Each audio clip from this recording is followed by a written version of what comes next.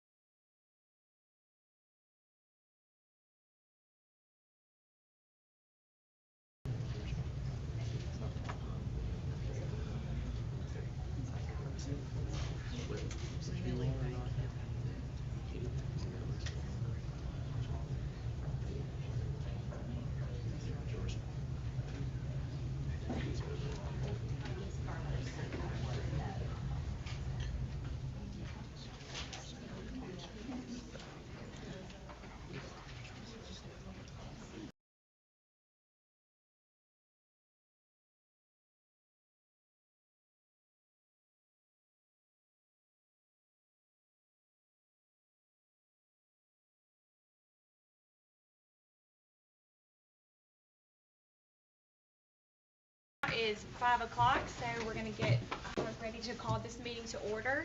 Welcome everybody to tonight's meeting of the Watauga County Board of Education. Today is June 15th.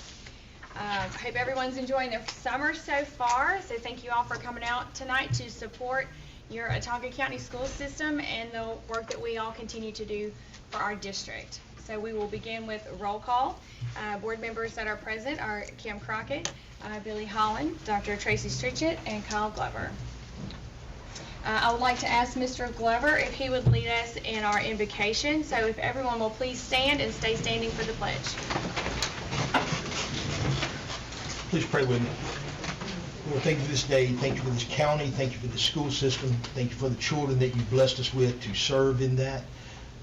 We ask that you please continue to love, guide, and protect us, Lord. We ask all this in your Son's name. Amen. Amen. I pledge allegiance to the flag of the United States of America and to the republic for which it stands, one nation, under God, indivisible, with liberty and justice for all. Thank you.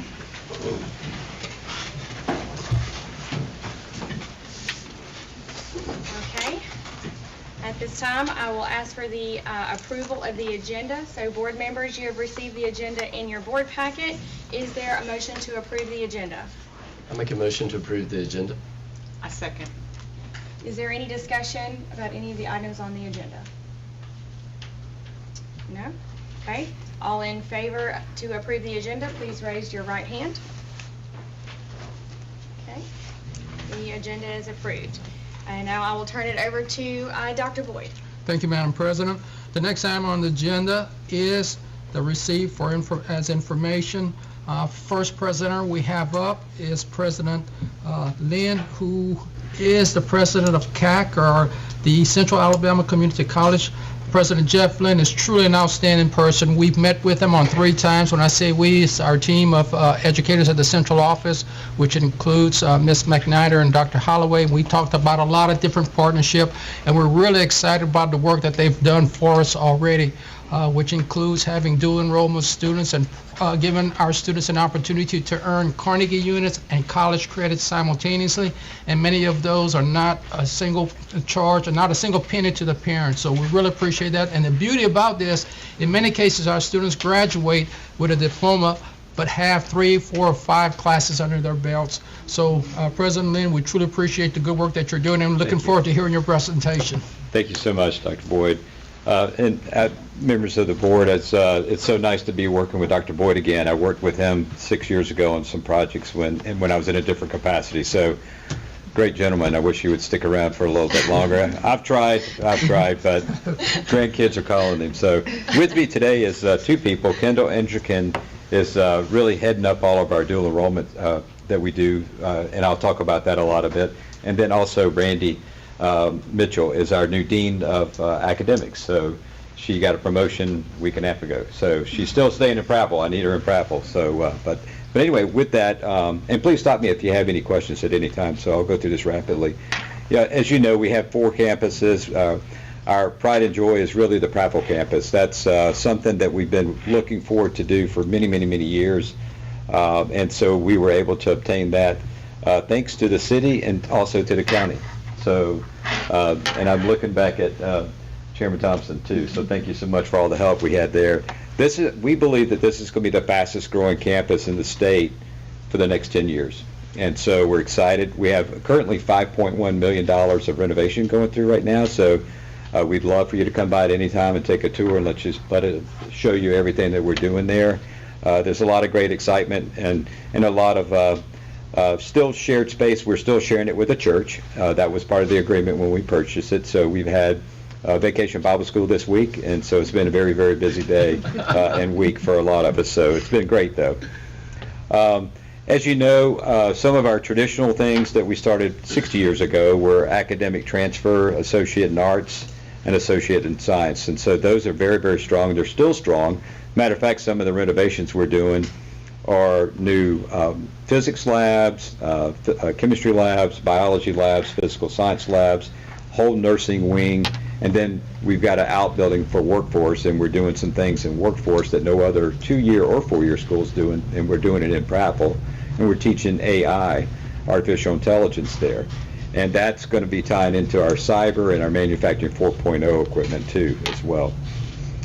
We also have the Applied Science 8AS. As you see some of the equipment we have here, the manufacturing 4.0 equipment that we have in the Prattville facility is really one of the very, very few in the state of Alabama. And so it's something that we feel real strongly for our advanced manufacturing companies. It's really almost a STEM degree, so we want to try to have those middle schoolers take the right science and math in 7th and 8th grade and really be prepared to go into high school. So the more that we can meet with the moms and dad at that age to kind of get careers in focus for what they can do. We're excited about that. Associate in occupational technology, cosmetology, machine shop, welding, those are a few.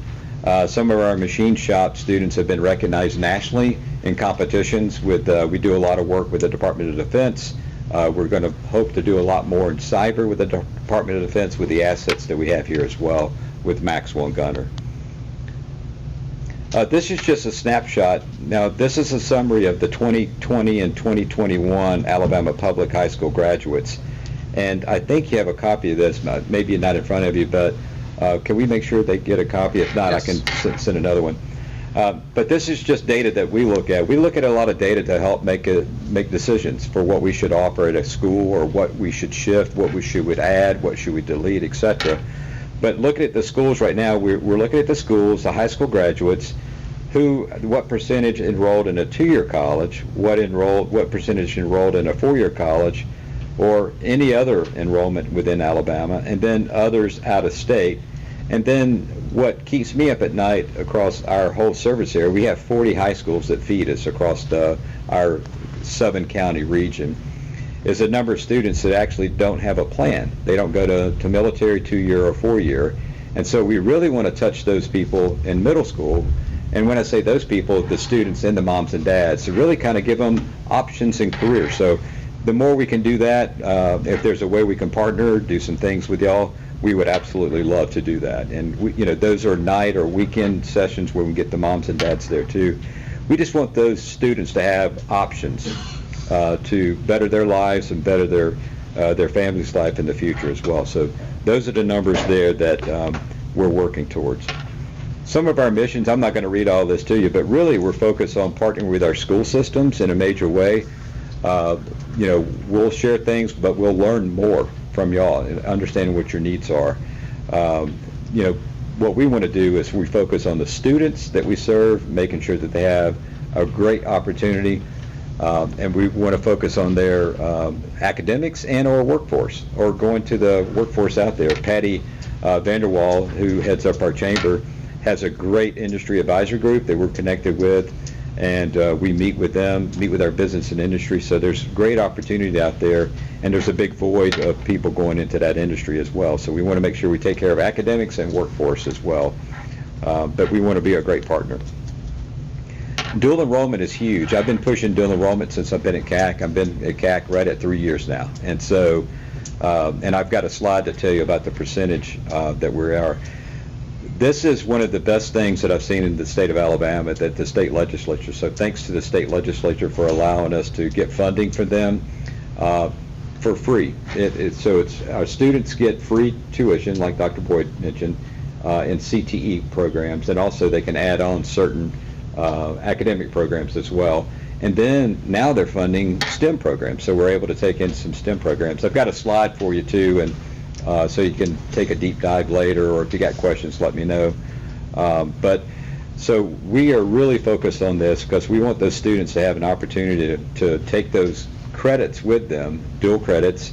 They earn high school Carnegie units, and they also earn credits into college. And within our system, they actually are transferred anywhere in the state of Alabama to a 4-year school, all of those credits. So we have plans, and we had 3 meetings thus far, and we've been really excited. One thing that was interesting, Dr. Boyd said, hey, can we do more dual enrollment? I'm like, yes, we've been wanting to do that for 3 years. And so we've been pushing it for 3 years. And so right now we have about 1,050 cumulative students that we do dual enrollment with over the last year. So it's not every semester, but it's cumulative. And 50 of those are in Autauga County. Well, we want 500, 600 in Autauga County. We're right in their back door, so we want to open up that opportunity for students in a major way. And now I'll talk about some other things too. We also talked about orientation courses, so we also offer asynchronous orientation course just to teach kids about what to expect in college, whether they go to a 2-year or 4-year. I think it's really good knowledge for them. So we have a lot of superintendents that are actually sending their students to that, like at the junior or senior year before they graduate. Tallapoosa got on board. Ray Porter, their superintendent, he got on board last year, and he's been sending every one of his students before they graduate to that class. They can take it on their own, but they also get a CCRI credit as well for the state. So I would like to talk about the LEAP program. We talked to Dr. Boyd about this briefly, but we started this with Benjamin Russell High School in Alex City 3 years ago. So this will be the third cohort. And with a battery of tests for the 8th graders, rising 8th graders, they go through a series of assessments and tests, et cetera, if you will. And they start as a freshman at CAC and a freshman in 9th grade. And so this is going into our 3rd year. So we started small with 8 young ladies that did very well. We added 10 the next year, and then this year we think we're going to be adding another 10. The county or the city system is actually paying for their tuition, and then next year I think they're going to pick it up themselves as an individual, so their parents will pick it up. I have other schools that are looking at this, but I think this will help set Autauga County apart if you're interested, and we'd be more than happy to sit down and kind of go through the details. I think Kendall had sent an email today that kind of explained all the details to the process and the program. But it's a great way for a mom and dad if they're moving to the Montgomery area and they're looking at school systems like all parents do to pick a house. This will attract them to Prattville and Autauga County, and because of the great opportunities for their students to actually graduate high school with a 2-year degree. So I just want to let you know about that. So, and then I also want to plant a seed. The new campus that we have has 124 acres. So if you're ever in the need to build a new high school or replace a high school, we have space. And I say that because we want to add innovation to the county and to the city. We really appreciate the great partnerships that we already have, but I think that would set us apart from any other school system in the southeast, quite frankly. I know a couple other locations that have done this in Texas.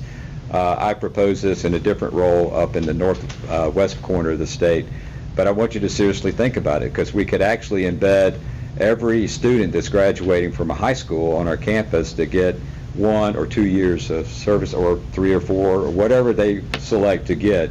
But it would be a model, I think, that Dr. Eric Mackey would probably want to replicate across the state. But y'all could be first at that, so just keep that in mind. So, and this is a little bit more details about the dual enrollment, what programs are covered: medical assisting, automotive manufacturing, child development, computer science, all the way down to welding. Those are covered, and then if you get those, you can actually, it'll cover English 101 as well. So, so about half of our students take CTE credits, but then the other half, they also get a free academic program too, as well. I mentioned that we're about 1,050 students. This fall it'll be about 1,300. So we're growing in every school system. It's growing rapidly. So we would love to see it grow here. These are STEM classes on the far right that the legislature added last year. And so from astronomy, biology, chemistry, computer science, geology, math, physical science, physics, and then you don't have to pair those with another course. So the state is very, very proactive and very, very innovative. I've had the opportunity to work in Georgia and Louisiana, and no one does it like this. And so it's very, very nice. So thank your legislator when you see them the next time. So they do a great job for us. So we've grown 55% in dual enrollment over the last few years. We're not going to slow down. We think that that's a great opportunity for our students to have success. We are going to be working on first-time students as well, so we need to increase that as well. We're up about 13% enrollment this summer. This fall we'll probably be up closer to 30%. So we're breaking some records out there. Nationwide, they're down about 5%. In the state of Alabama, we're up about 11% statewide on the average. So we're trying to do the right things and really focus on the students, provide the best customer service we can, the best instruction. We feel like we can be the best community college in the state of Alabama, just maybe not the largest, but I think we can do that. So that's one of our goals that we're focused on right now. Some of the other things broken down by high school. So dual enrollment, this is unduplicated head count. For fall of 2020 or 2022, it was 5, and the spring of 23, it was 2. I'm sorry, can y'all see that okay? Okay. I'll make sure you get a copy. But And so these are some of the descriptions of the classes that were taken by the Marbury High School. And without reading them to you, I'll just let you look at those as well. Some were online, some were at the Prattville campus. A lot of times if we can credential one of your instructors at your campus, then on their planning period, they can actually teach a class and we would just pay them for that. And that seems to work very well a lot of our other campuses. We do have some campuses that will bus people in, or some school systems that bus their students in. That LEAP program that I talked about at Benjamin Russell, they actually bring a bus over and they take their first 2 classes with us, and then they go back to their high school later on that day. So, and a little bit more data. Prattville's had 37 back in 22, 24 and 23, and then we have 9 this summer. So that's a really good thing. So we've had some really great results for there. We just want to see if we can tick it up as well. These are some of the courses that we've offered at Prattville High School. Dr. Ferris and his team has been great to work with. So, and all of the principals. You've got a great selection of principals here for us to work with. So there's a lot of classes there, so I'll let you kind of dive into that later. I have to show this picture. So after your recent graduation, these are students that graduated from Prattville High School. They came by to see Carla Wirtz, our instructor. And so they got a picture, and I said, Carla, I need a picture of that because I'm going to talk to the board. But they came by and just said, thank you so much. They have college credits that they're all going to, I think, 4-year schools, but they're going with some college credits. And so we just, just seeing the smiles on their face, we just want to replicate this as much as we possibly can with other students. So I had to add that. These are some other things too. We have STEM camps. We really want to be good partners from all different grades. These are rising 6th graders, completed the 5th grade. We do electronics, welding, nursing, virtual reality, exploration. The next one's coming up on June the 27th through the 29th, and it's going to be at our campus at Prattville there in the main building. So we try to do a lot of different things, and that's Brandy's contact information. She can give you more information. That's a lot of information. I'd love to share you a lot of other things too, but I know you have to have a meeting, but I'll open up for any questions you might have, so thank you. Dr. Boyd, thank you so much for meeting with us recently, and we look forward to hopefully working with you a little bit, at least, in the future. So, any questions? So, Mr. Lynn, are all the courses articulated into all 4 years, any 4-year that you choose in Alabama? They are, and it's really through the legislative back in 1975. You're probably aware of that in your other role that you had, and so they are, and they will take them. We do sign some co-curriculum, or not co-curriculum, but co-enrollment programs with Auburn. We're working on some other ones where you can actually, and AUM, where actually you're going to CAC, you're paying CAC's rate, which is 1/3 the cost of a 4-year school, but you're getting credit for Auburn or AUM. I'm working on Dr. Bonner, Joe Bonner down at University of South Alabama. I'm going to be doing another deal with Talladega College for a campus up there. We've got one with Troy. So pretty much all the 4-year schools are covered that way. But we try to go after and help that student, not to pay that extra cost, but they can stay home and get their first 2 years out of the way and then transfer to whatever college they want to go to. Good question. President, thank you for all you do for our boys and girls. We appreciate the partnership, and we know that the best is yet to come, Yes, right? sir. Yes, sir. Thank you very much. All right. Thank you for your time. Thank you. Okay. Thank you very much.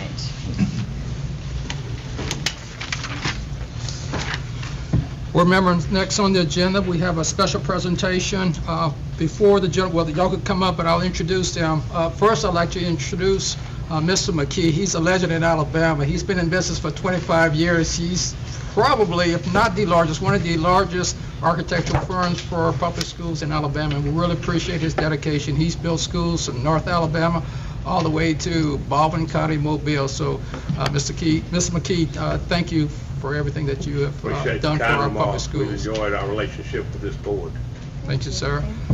So this presentation that we're about to have here is regarding our new construction project, the Early Learning Center. It's right near Daniel Pratt Elementary. There's some concern about J Street and whether it should be part of the school or whether it should be a road through the city. There's a lot of information and there's a lot of confusion, if you would, about that.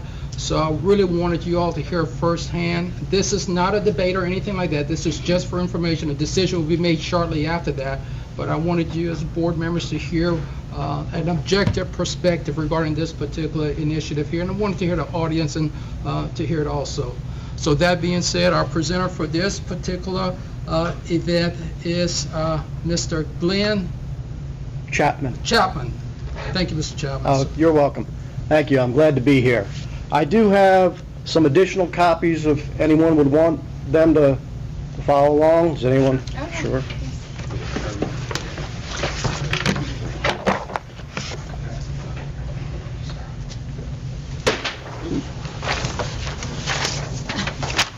And am I speaking loud enough? Can everyone hear me? Okay. Dr. Boyd asked me here to just give a presentation on how we got to where we are and what would be the implications if J Street was connected all the way from Sheila Boulevard all the way through to McQueen Smith Road. Oh, wrong device.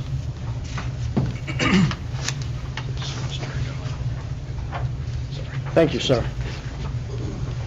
So first I'm going to talk about what the existing school drop-off and pickup is at Daniel Pratt Elementary, as relayed to us by the former superintendent, Mr. Tidmore.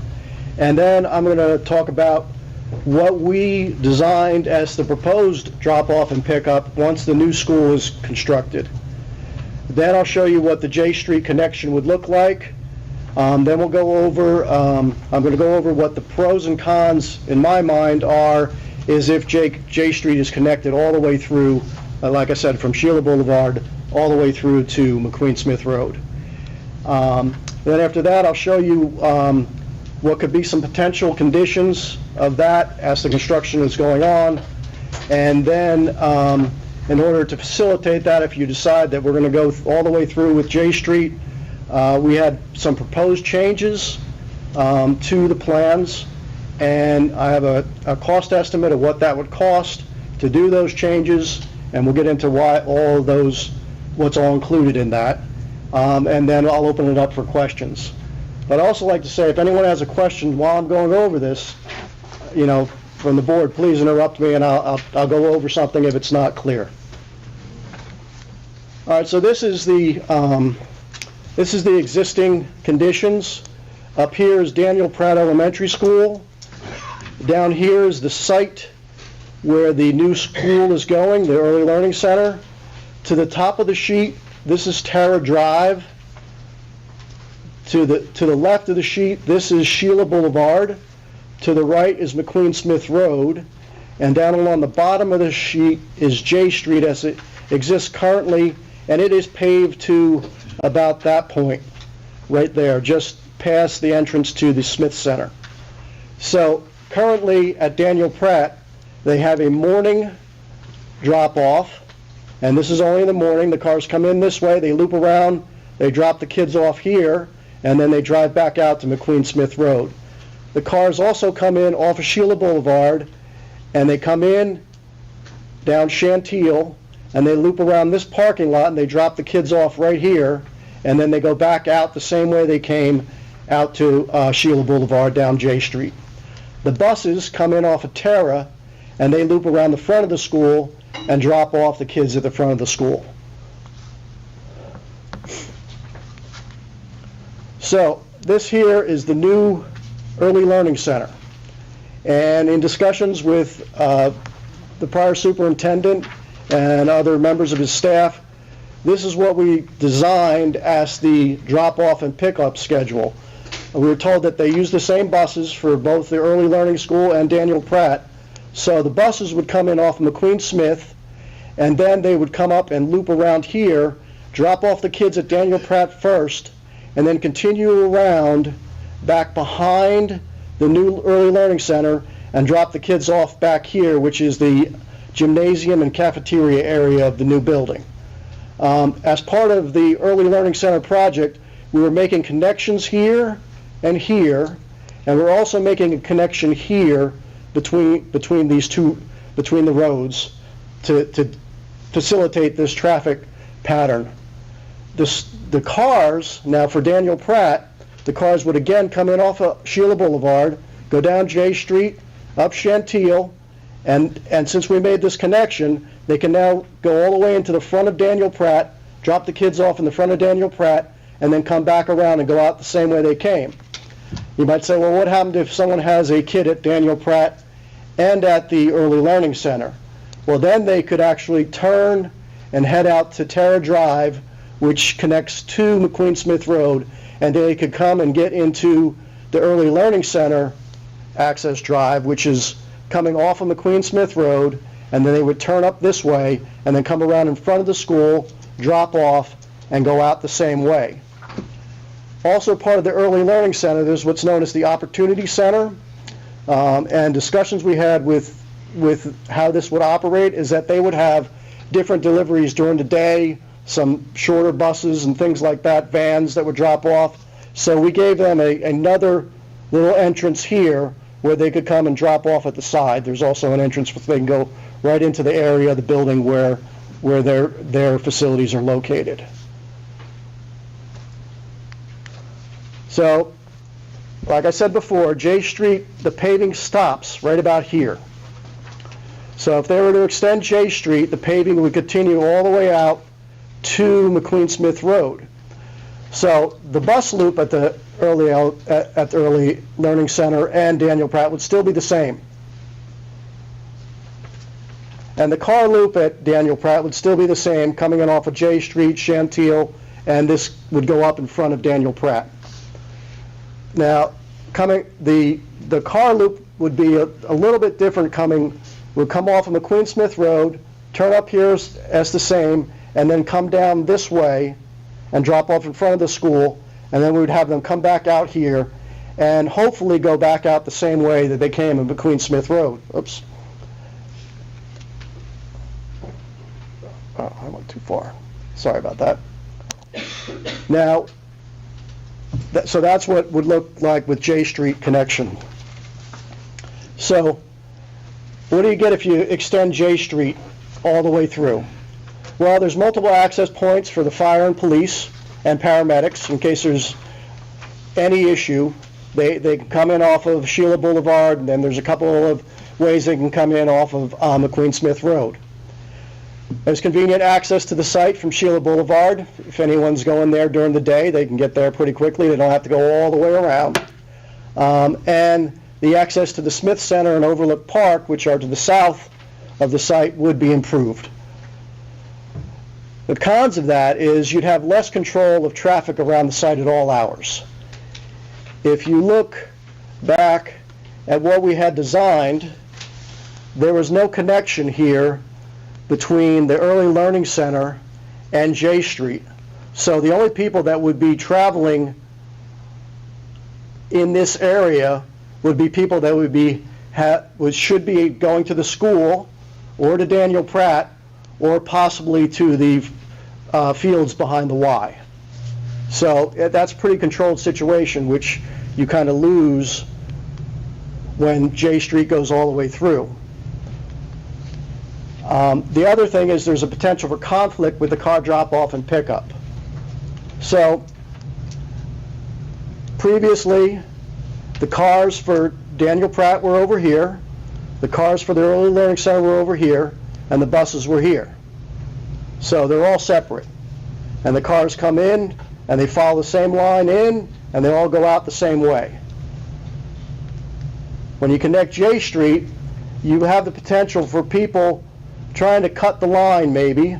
Maybe that parent that does have a student at Daniel Pratt will try to take a shortcut and come this way. Or maybe, someone will be coming this way and try to get in line at Daniel Pratt this way. And what happens is if you have people coming down here trying to get in line for the Early Learning Center, they're going to be making a left turn across the traffic of the cars that are stacked here. The other thing is you lose some of your stacking space. One thing that we try to look at when we design schools is how much stacking space you have for car drop-off. And currently, if these are not connected, the cars can line up all the way to here, all the way along this line, before they'll ever interfere with the traffic on McQueen Smith Road. Now, with J Street going all the way through, you have the potential that cars will be going up and down this while you're doing car drop-off and car pickup, so you might not have as much stacking space. That your stacking space kind of starts here, because you could interfere with someone that's just trying to get from McQueen Smith Road through to Sheila Boulevard. So that gives you a little less stacking space, a little more traffic. A backup could potentially happen along McQueen Smith Road. And what you might want to consider, previously, we were all separate, so we didn't have, Daniel Pratt's not fenced in, the existing kindergarten school's not fenced in, and we didn't have this site fenced in. We only had the playground areas fenced in because, for a number of reasons. One, it was going to be a pretty good expense to fence this entire property. Number two, we talked about potential future expansion of this building here, and that would be a lot easier if there weren't fences to take down to do that construction work. But you might want to, now, if we have traffic going through here at all hours of the day and night, you might want to consider fencing the site. So I have shown on this aerial view, this black line here is the fencing going all the way around the site here. So the other thing to consider is that none of the design has been done yet for expansion of J Street all the way out to McQueen Smith Road. So we only did the design from here out. That still would have to be done, and it may take a while for that road to get built. And if that road is not constructed and done by the time that the school is ready to be occupied, then your traffic pattern changes again. And what that does is the buses and the cars would both have to come in off of McQueen Smith, since there's still no access from here. The only access at that point will be from this road off of McQueen Smith. So the buses would go around the same way they came in, and the cars would come in with them, and then the cars could split off here, and they would have to go around this way, which once they come in front of the school, then they could drop off here. And then they would have to go out the same way the buses can. Now, as far as my understanding is, there's about 9 or 10 buses that would be used in this, so I don't know if the buses would be that much of a concern joining with the cars or not.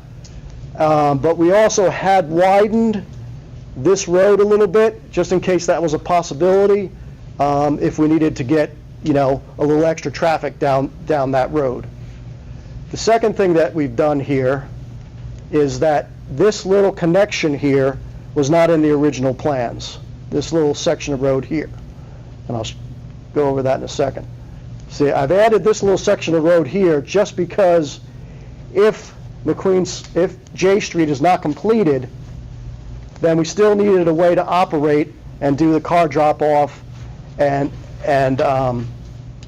bus drop-off, but mostly the car drop-off, because there'd be no way for the cars to come in down here until this road is completed. What we also did is we eliminated a couple of the entrances and exits here, because that seemed to be a little less, we didn't want as many, according with discussions with Mr. Tidmore, he didn't want as many accesses to J Street if it was going to be completed. Oh, I'm so sorry. So this shows the changes that we were proposing. We're putting a new road, we would put a new connector here, we would eliminate these two pieces of the road, and then J Street would be on someone else to complete. So that little bit of paving would also be eliminated. And the other discussion was that if we're going to fence this, since it's a new school, we wanted a nice fence, not just an inexpensive fence that didn't look good. So what we did is we kind of designed a decorative black steel fence, brick pilaster columns, about 24 foot on center. So each one of these little black dots that you see going around on this fence, that's one of the brick column pilasters. And then what we did is we put gates at each one of the drive accesses to the property so that, if you really wanted to close off this whole property after hours or something, you could close off the whole property. And that's what the gate would look like. The gate would be made of a similar material that would match up with the decorative fence. So, what that would cost, be quite a bit actually. You have concrete footings for the brick piers. You have masonry, which it's a block and brick pier. That's also, that's the masonry cost. That decorative fencing would be about $444,000. So the total additional costs for that would be over $619,000. Now, the removal of some of that asphalt is only worth about $18,000. So total cost of those changes would be about $600,000. Now, that's 3,400 linear feet of decorative fence going around there. That's quite a bit of fence. So and that comes out to about $130 per linear foot. If the school board decided that, okay, maybe vinyl clad chain link fence is okay in a black or something like that, that's only about $54 a linear foot. So it would take about $183,000 to do the whole site in that. The board could decide that, eventually that, hey, we want this to look good, maybe this to look good, and the rest we can get away with not having all the fancy fencing, and maybe it's just okay to have a black vinyl clad chain link fence. All of these costs can be varied by the quantity and what we do. I mean, we may only fence closer to the building, and since none of the playgrounds at Daniel Pratt are fenced, I mean, those are things that we can look at once we get a decision from y'all which way you want us to go. And you also might decide that, let me go back to this one, that the school board also owns a little bit of property over on this side of this road, and so really Chantil no one should be coming up Chantil that doesn't have business at either the Early Learning Center or Daniel Pratt. Again, this road is still pretty well contained within what is Daniel Pratt and the Early Learning Center. The only concern really is J Street along here, and maybe you decide maybe we only need to fence along this border to deter people from coming onto the site. And like I said, we do have a playground here for the Opportunity Center, playground here for special ed, and the full school playground. All of those are currently fenced. And those are shorter fences, and those actually are chain link fences in the current plan. It's just if you wanted to fence the site and give the good look, like on the front here, that's why Mr. Tidmore wanted the fancier fence in that case. So, does anyone have any questions? So originally, the fence wasn't in, it's just, your proposal was if the road was extended to put a fence? Yeah, actually, we were asked to design a fence around the property and get a cost estimate as to what it would be, but we did not have a fence in the existing plans. Is that part of code in new school construction? No, it is not. Okay. It's more of a directive from an owner. Like Glenn said, we got the fence around the playgrounds where the kids are day to day. I don't think any of your schools in the system have fences around. I was about to say, I was right about Prattle Elementary. So this was the concern at that time by the administrator. Since the road was going through, he thought it put an extra security burden on the school as opposed to the road not going through. But the playgrounds are already fenced in. That was in the original. Correct. Playgrounds are fenced in. Yes, that is in the That is in the original set And of that's a plans. chain link, so it meets like DHR requirements, because I know 4-year-olds will be at the Early Childhood Center. Yeah. Yeah.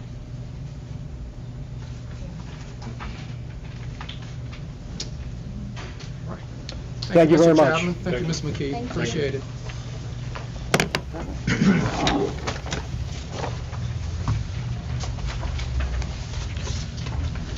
Board members, our next item on the agenda is F3. I would like to call Ms. McNider up to give me a hand.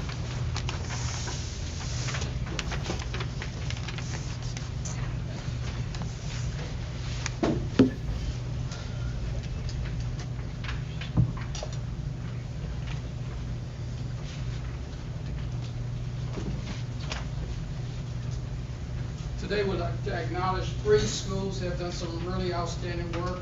So on our state report card, there are 6 indicators, and two of the most important indicators is academic achievement and academic growth. What's particularly important is academic growth as we look at the previous year, look at the current year to see how well our students have improved on where they were. And that's very, very important to measure how well our students are doing. Well, we had 3 schools that did an impressive job this last year. We'd like to acknowledge those particular schools. So I'll share these school names with you, and Ms. McNider will call the person up to receive their award. So what we're giving them is a certificate of achievement for the great work that was done during this past school year. So again, these achievement awards, the first award goes out to Marbury Middle for the highest growth on the STAR Math.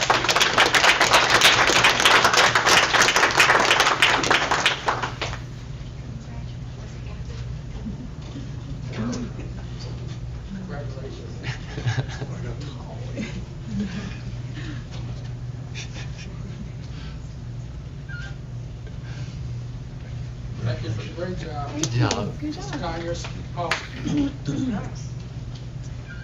Our next school is Pine Level Elementary, and in this case, it's for the reading program. Our assistant principal will represent the school. Coach Watson.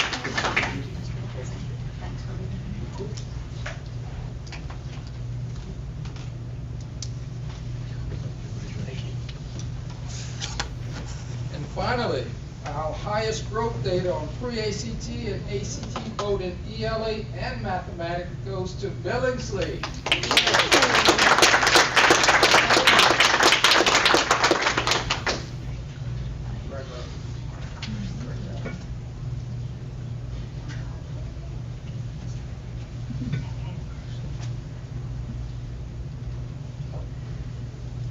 Board members, let's give our administrator.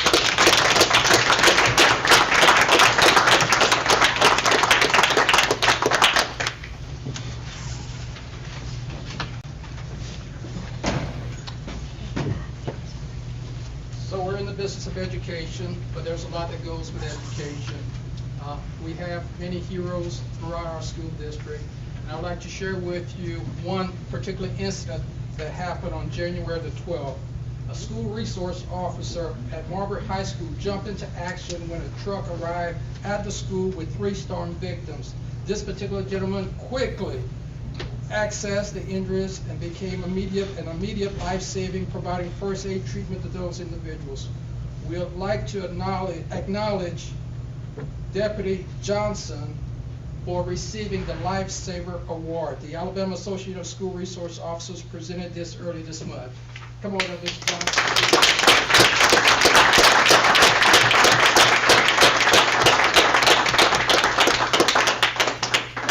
We appreciate all you do. Thanks, sir.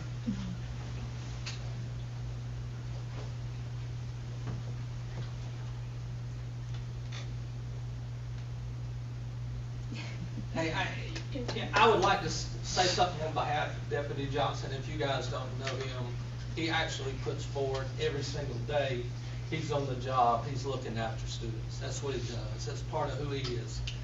He sends me emails. He sends me messages about safety things at Marbury High School that we can do in light of the storms that we've had the last couple of days. This harkens back to January when not only did he do this, but he actually also escorted some of our buses in and out of some danger areas to make sure all of our students arrived home safe that night. So he's a valuable member of this team, and we appreciate everything he does.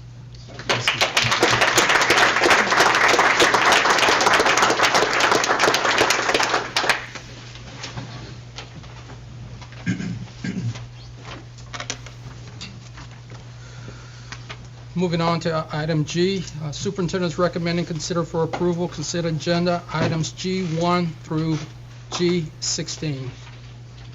Okay, board members, you've had the opportunity to review all of the information that Dr. Boyd has provided with the consent agenda packet. Do I hear a motion to accept the approval of the consent agenda? So moved. Okay. A second. Second, okay. Is there any discussion about any of the items listed on the consent agenda? No? Okay, all in favor to approve the consent agenda, please raise your right hand. Okay, the consent agenda has been approved. Thank you. Moving on to item H, consider for approval. The first item, the superintendent recommends approval of the personnel action. That's H1. Okay, board members, under the recommendation of the superintendent, Dr. Boyd, do I hear a motion to accept the personnel report as presented? So moved. Second. Second? Madam Chair, I would like to abstain from voting on, I think it's voluntary transfer professional number 8. Okay. All right, all in favor to accept the personnel report with the exception of G8, is that what you said? G8, please raise your right hand. Okay, all in favor to approve G8 on the voluntary transfer on the personnel report, please raise your right hand. Okay. Personnel report has been approved. With great pleasure, I would like to ask the board to approve item H2, February, March, April, and May 2022 bank and financial statements. 2022. 23. Oh, 23, I'm sorry. I'm a little excited right now. Okay, board members, under the recommendation of the superintendent, do I hear a motion to accept the bank and financial statements as presented? I move to accept the bank statements as presented. Second. Okay, is there any discussion? Ms. Poe, would you like to say anything about our financial reports? Yes, ma'am. Before she says that, I would like to truly give her a round of applause for the great work and catching us up on all for months in just a short period of time. That deserves a round of applause. Thank you. That's part of the job. That's a big job. Okay, so we'll start briefly, and I'll catch us up on all 4 months. Okay. So the February financials that you were presented, in our budget timeframe in February, we should have been at 42%. As disclosed on your snapshot analysis for the month of February, we were at 48% in our revenue collections, and expenses were at 42%. So you can see we were operating right within our means and measures. Fund balance for the end of February was at $34.6 million, with payroll at $6 million. Attached in your board packet is the local revenue analysis. At this time, as of February, we collected $13.9 million. For February's collections alone, that was $1 million of that, and that was at 72% of our budget. Keeping in mind that our local revenues are obligated. They're obligated to do our state match for the foundation program, and they're obligated to do our bond debt payments. So all of that, the majority of those collections are obligated to fulfill our required requirements for those. Then moving into March, March represents the halfway point for our fiscal year. So we should be at 50%. On your snapshot analysis, we were at 55% of our budgeted revenues and 50% of our expenses. So what I'm seeing as a trend going is our expenses, we are right on target for where we should be within our budget. And so that's a very positive aspect of that. Our fund balance ended at $34.4 million, and payroll for the month of March was $6 million. Revenue analysis showed a total collection of $15 million, with March collections at $1 million, putting us at 77% of our budget. Keep in mind the majority of our revenue collections come in December and January for the ad valorem, while your sales tax still rolls through the rest of the year. Then in April, we're gonna speed through this. Then in April, we should be at 58% of our budget. Our revenue analysis shows that we were at 63% of our revenues and at 58% of our expenses. Fund balance was at $34.6 million with payroll at 6.2. You're gonna see some fluctuations with payroll coming now because we're gonna have those teachers that may have received some kind of stipend from receiving a letters training or such areas as that. So you're gonna see some fluctuation of some payroll. It's not a great fluctuation, but you're gonna see that from here on out due to our extra programs outside of contract hours. Local revenue analysis shows collections at $16 million with April at 1.1, within 84% of our collected budget that we had allocated. And finally, in catching us up to date, we're at May, and we should be at 67% of our budget. Snapshot analysis, we are operating total revenues at 70% or $58 million, with our district's expenditures at 66.5, or $51 million of what we had budgeted to expect.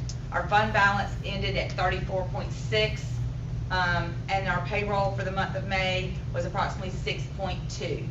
Local revenue analysis, we are now within 84% of what we had budgeted. Total collections, $17 million, with May's collections of $1 million. We have met our required match for our state foundation program. We are continuing to collect so we can meet our bond debt matches that we are required to do. Any questions? Thank you. You're welcome. Thank you so Thank much. you. I know that was a big job. We appreciate you coming in and kind of fixing it all for us. So I appreciate you very much. Thank you. I recommend I recommend consider for approval item H3, the strategic plan. Okay.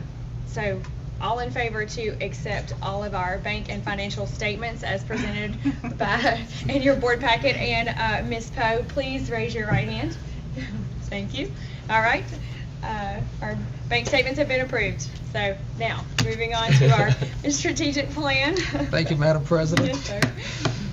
Moving on to H3, the strategic plan. I recommend approval of the strategic plan. I also like to say a big thank you out to Ms. McNider and the team for getting this together in such a short notice. Back in April, we shared with you the original plan, and now we have a nice plan with performance objectives, which was a special request. And we also updated a lot of information in that. So great job to the team for a job well done. Thank you. I know that is a very big job. If you guys have not had the opportunity to, I'm sure it will become on our website very, very soon. It is a great plan, and I'm very excited to share it with everybody. So, board members, under the recommendation of Dr. Boyd, our superintendent, do I hear a motion to accept our strategic plan? Motion to accept the strategic plan. Second. Okay. Any more discussion about our strategic plan? Just to our stakeholders, this thing is going to be a working document. The team has done a great job. It's measurable. It's going to have accountability to where it's just on a sheet of paper that ideas are put on. It is accountability for our school system and for our schools. And the team has done an excellent job with this. Yes. I assume it'll be on our website so everyone can see the Absolutely. impressive work. Yes. Yeah. Dr. Boyd gave a little precursor to our chamber education meeting, and it was very impressive. And the community involvement and is amazing. So thank y'all so much. Awesome. Okay, so all in favor to accept our strategic plan, please raise your right hand. Awesome. Thank you so much. Our strategic plan has been approved.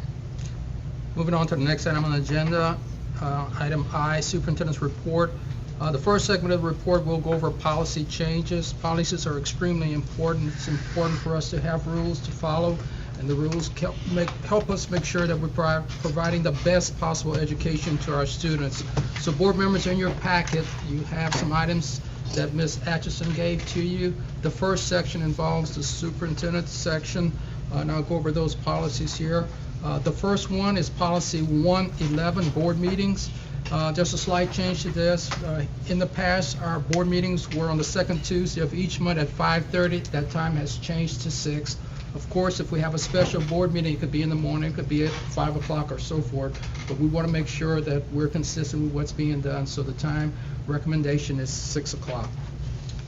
And also, before we go any further, it's just a reminder, as in the case with any policies before this point, all policies have to be reviewed by the board for a whole month prior to being approved. So these are not for approval tonight, they're for approval next month. All right, moving on to the next policy. We also wanted to update the selection and qualifications of superintendent. As you can see, the qualifications are listed there. What we'd like to have is a minimum of 10 years of work in public education and work for at least 5 years in public education as a principal, administrator, assistant superintendent, or superintendent, or a combination thereof. All right, moving on to the next policy. This policy is policy 5.30. It involves the expulsion.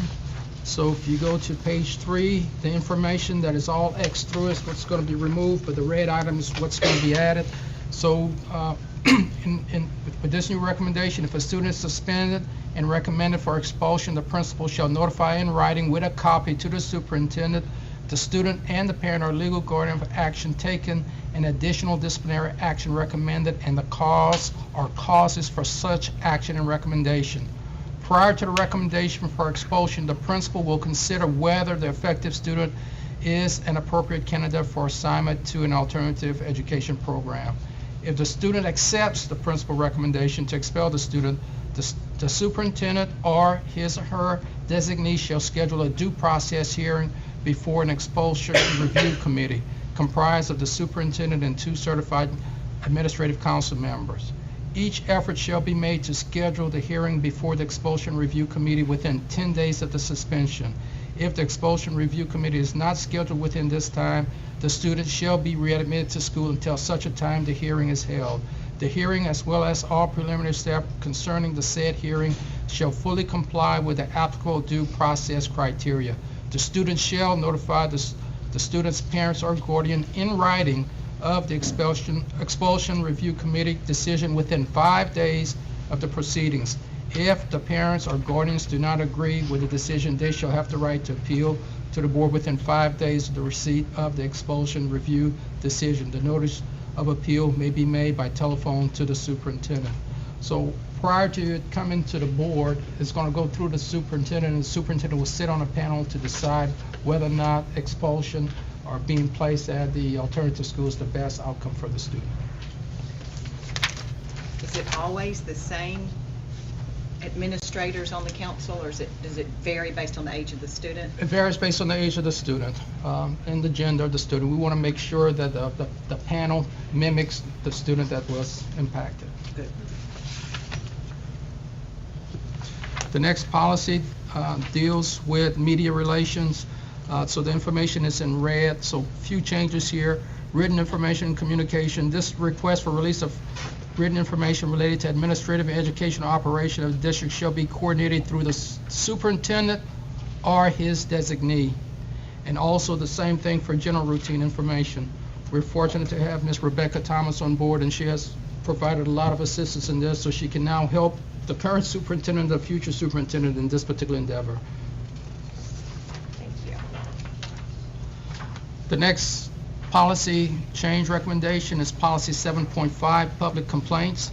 The district has confidence in its professional staff and desire to support their actions in order that they be free from unnecessary, spiteful, negative criticism and complaint. However, constructive criticism of the schools is welcome by the board whenever it is motivated by a sincere desire to improve the quality of the education program or equip the schools to do their tasks more effectively or efficiently. The district advises the public that the proper channel of complaints involving instruction, discipline, and learning material is as follows. It starts with the teacher, because usually that's where the issue starts, then the assistant principal, superintendent, then the board. So it's always better to go through that particular order. And board members, as stated before, if any concerns come to you, please let me know immediately. I'll do my very best to resolve it as soon as possible.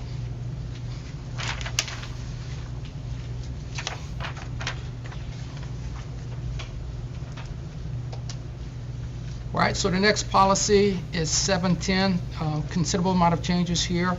So this policy, and I'll read some of it to you. So the Talcott County School only permits communication sponsored by the district or a district-affiliated school support organization for distribution and circulation on district premise without consent. ACS does not sponsor nor endorse any activities unless expressly stated, and this service is provided solely as a communication outreach for the benefit of the district stakeholders. So basically what we're saying is that if I have a grocery store and I have a sale going on there, I cannot give it to a principal or anyone like that to promote a sale or anything like that, or any political information. We want to stay as objective as possible in those particular things. So this is just guidance to make sure that we're totally objective and we don't offend anyone. And this policy serves that particular role here. So is this information that will go to students, teachers, or both? Everybody. Okay. It's going to be for the whole district. But typically, if something comes to the district or to a school, it usually comes to the superintendent's office or to the principal. So those are going to be our main barrier, if you would, to kind of be the checks and balances to make sure only appropriate thing goes out there for us to advertise or share with the public. Right, so this is the first section, and this is the superintendent's section. We have another section coming up, and that section is Ms. Tisha Addison, and she's going to present the policies associated with student services. Would you prefer to sit there, Ms. Addison, or come up? Which would Oh, you? I can stay right here. Okay, that's fine.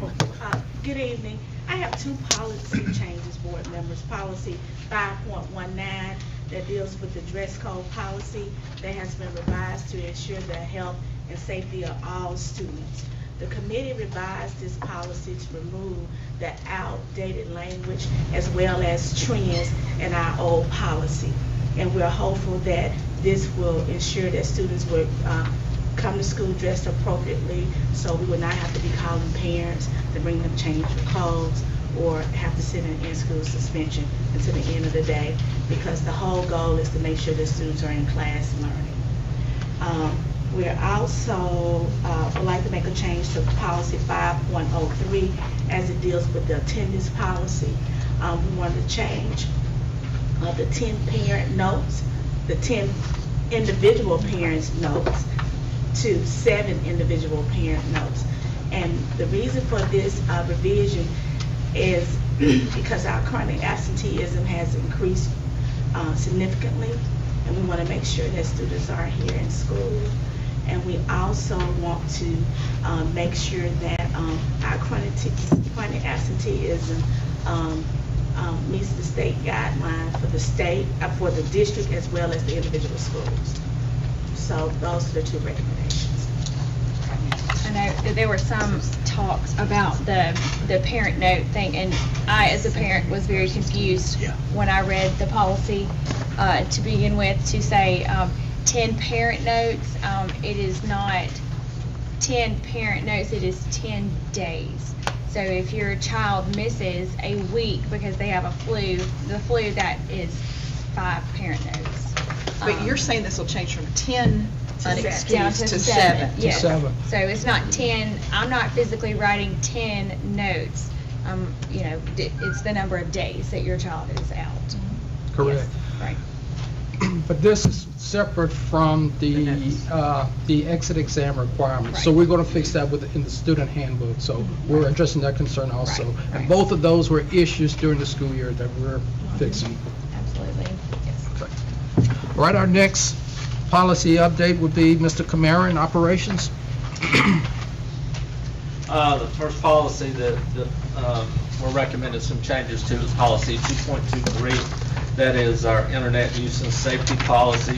One of the biggest areas we wanted to add here, of course, we cleaned up some of the language in it, but we wanted to add section of notification of blocking and filtering and monitoring of technology to make folks aware that we will be monitoring those things. We will block inappropriate sites and things to that nature. Again, we want to focus on the health and the safety of kids and what we look at with that. Another major portion of this particular policy, some of the language that we changed was that we as a system will discourage the bring your own device policy because of the health and safety of our and security of our network. We do provide devices. We prefer students work on those devices. That way there's no intrusions into our networks. So that's policy 2.23. The next policy I have some information on is policy 5.21 is the cellular telephones and electronic communication devices policy. Basically with this policy, all we did was clean the language up and make it more current. There was references to MP3 players and camcorders. Of course, we took that out and we addressed AirPods and you know, smartwatches and things to that nature. So that was really the only thing in that particular policy. Next policy is our student transportation policy, is 5.32. And this deals with you know, every aspect of riding the bus, the safety and security of the kids, not getting, you know, following the rules that are set forth by the drivers, how we go about if you have a request to temporary ride from one, you know, instead of your regular stop to another stop, the process for how you complete that. Some of that language has changed. We also put some information in here on changing of some of the rules, some of those activities not permitted on the bus. Again, the focus of this is for the health and safety of the students. Our last policy is policy 6.38, and that is our field and athletic trip policy, making sure that we know the procedures that we have to follow in safely transporting our kids. We need to make sure that procedures are followed in putting things in our Trip Direct system, that we have consent forms filled out by parents, and that those field trips are approved before any Ottumwa County Board of Education vehicle moves with a student in it. Again, looking out for student safety and the safety of our faculty as well. That's all I have, Dr. Thank you, sir. Our next update on the policies will come from Ms. Holly McNiner, who represents curriculum and instruction. All right, so the first policy that you'll find in your packet from our department is policy 6.16, semester and final examinations. Dr. Boyd mentioned that we had a lot of questions and concerns with this policy this school year. So we, again, same scenario, the changes that you see there will be in red. We also did a little bit of moving around with this policy. It was just kind of, it didn't flow well. So even though it's in red, it may just be because we repositioned it within the document. We updated the language, and just to make sure that was more clear and concise, we also changing, instead of saying semester, we made that midterm because we do have one school in the system that is on a block schedule, and so just making sure that language was met the needs of those different types of scheduling. Also, which was a lot of concern from our stakeholders, is on the second page, the exam exemption policy. And so I am going to take a moment and just read that exactly as how it's presented in your draft, which is the final exam exemption policy approved by Ottumwa County Board of Education will be as follows. An A average in each class and not more than 10 absences, those being excused or unexcused per year in a given class for a traditional scheduled course. That would be Prattville High School as well as Billingsley School and Ottawaville School. But then we have Marbury High School, who operates on a block schedule, so their bullet there reads 5 absences, excused or unexcused, per semester in a given class for a block scheduled course. Then students with a B average have the opportunity to also be exempt, but they would have to have no more than 5 absences, excused or unexcused, per year in the traditional setting, and 3 excused or unexcused per semester in the block schedule courses. We removed the opportunity for C students to be exempt, so you want to find that there now. And those were just the main highlights. Again, just updating that language so that it was more clear and concise. So this was the policy that we had a lot of concerns with this past school year. Is now fixed, and would address a lot of the concerns and the calls you guys probably received. Right. Just looking at a question, I know from Ms. Addison, we're moving that to 7 excused absences. This still says 10. Does that mean 7 excused and 3 unexcused? Is that addressed in there? Well, the 7, that's just 7 parent notes. So when you write a parent note, that becomes excused anyway. Okay. So with the exemption, you can have no more than 10, and they can be excused. You're not going to be able to have 7 unexcused. You're going to become truant after that.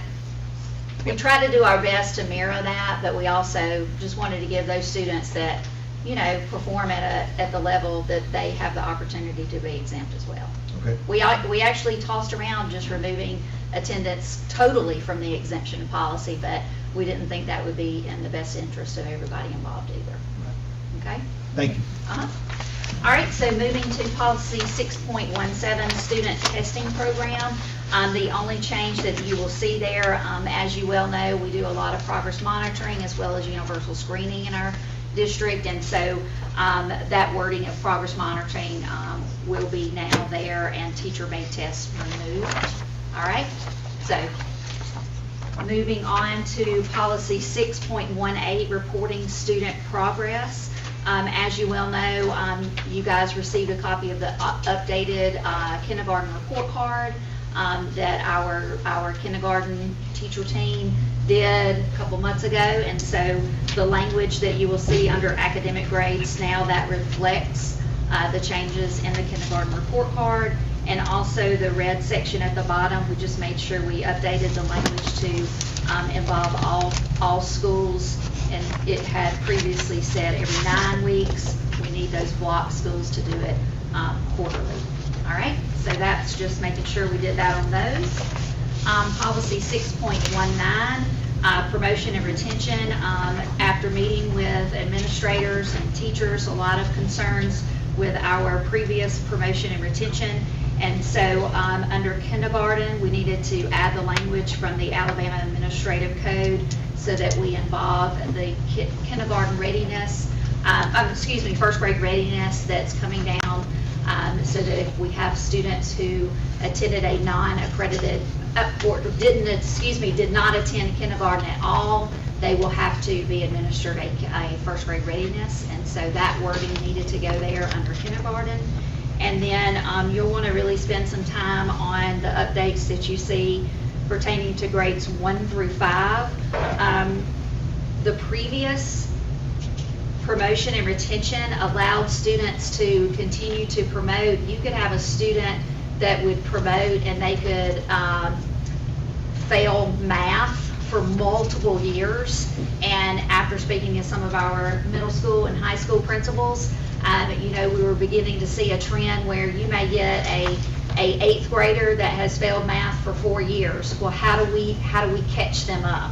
And then in addition to that, we needed to look at the Alabama Literacy Act and the language there. And so after many hours and lots of collaboration with our administrators and teachers and central office staff, you'll want to dig deep into these changes, because as it will read now, grades 1 through 5, students, if they do not pass English language arts, reading, and math in a given school year, then they will be retained.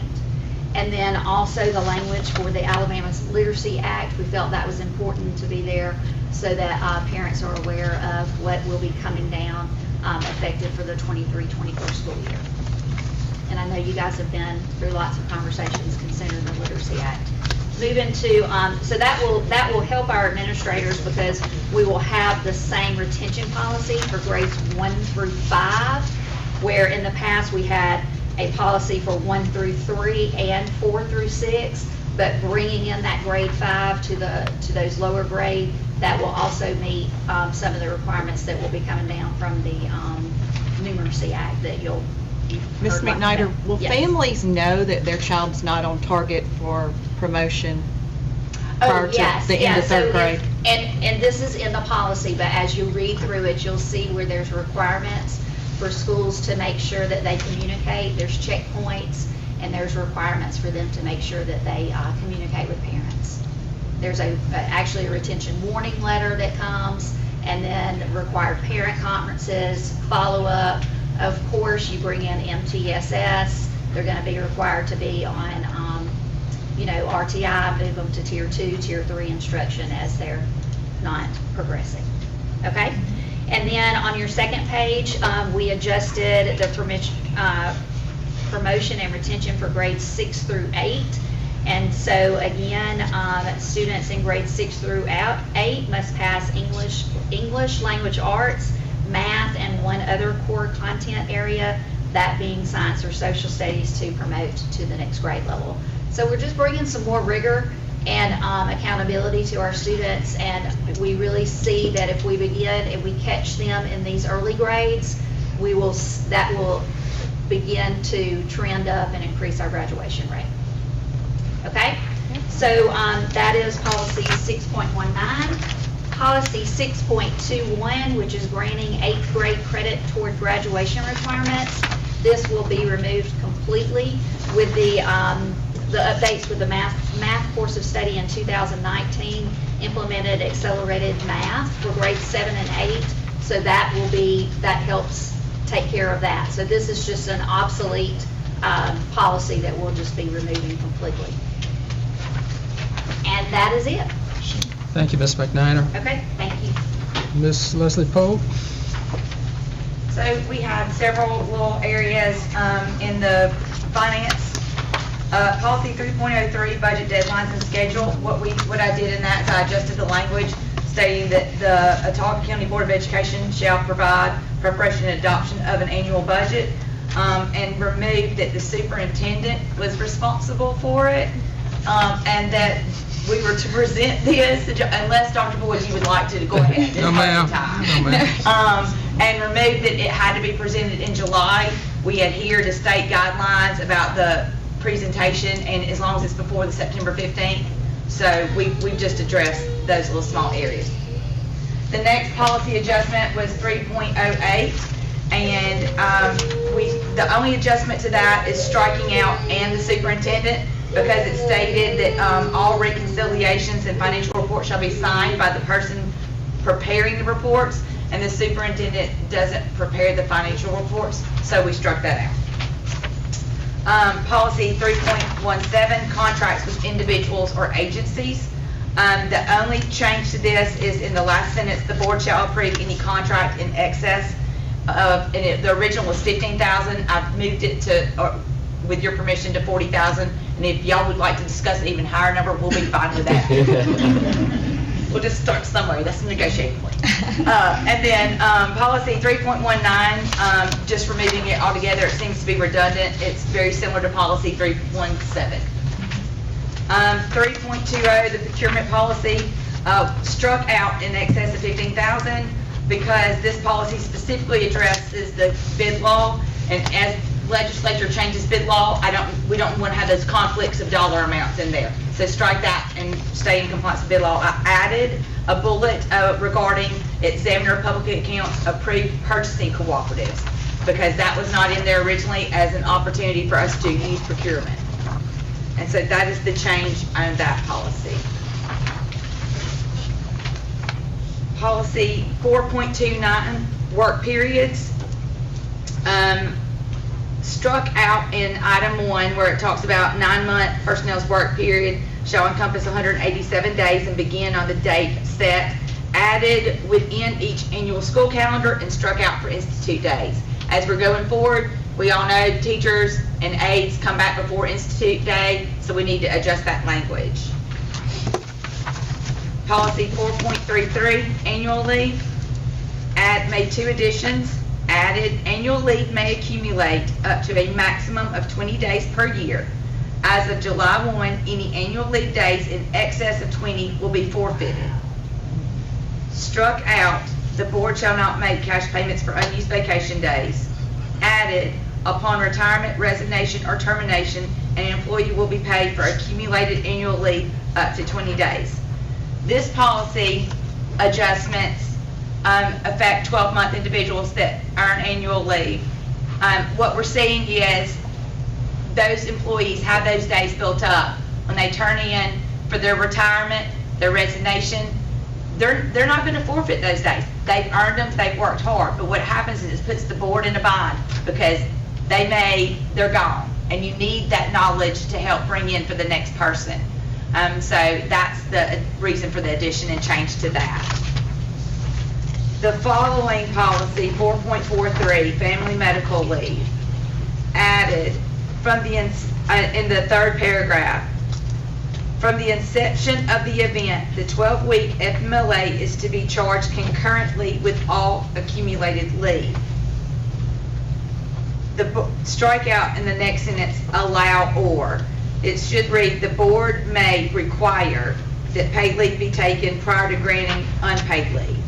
So it was a little confusing, may, allow, or require, so we needed to state one, require. And then we needed to make sure that it was clear that leave must be used concurrently when you're on FMLA. And those are the changes that I have. Thank you. Thank you, Ms. Poe. Board members, do you have any questions regarding on any of the presentations on policy changes?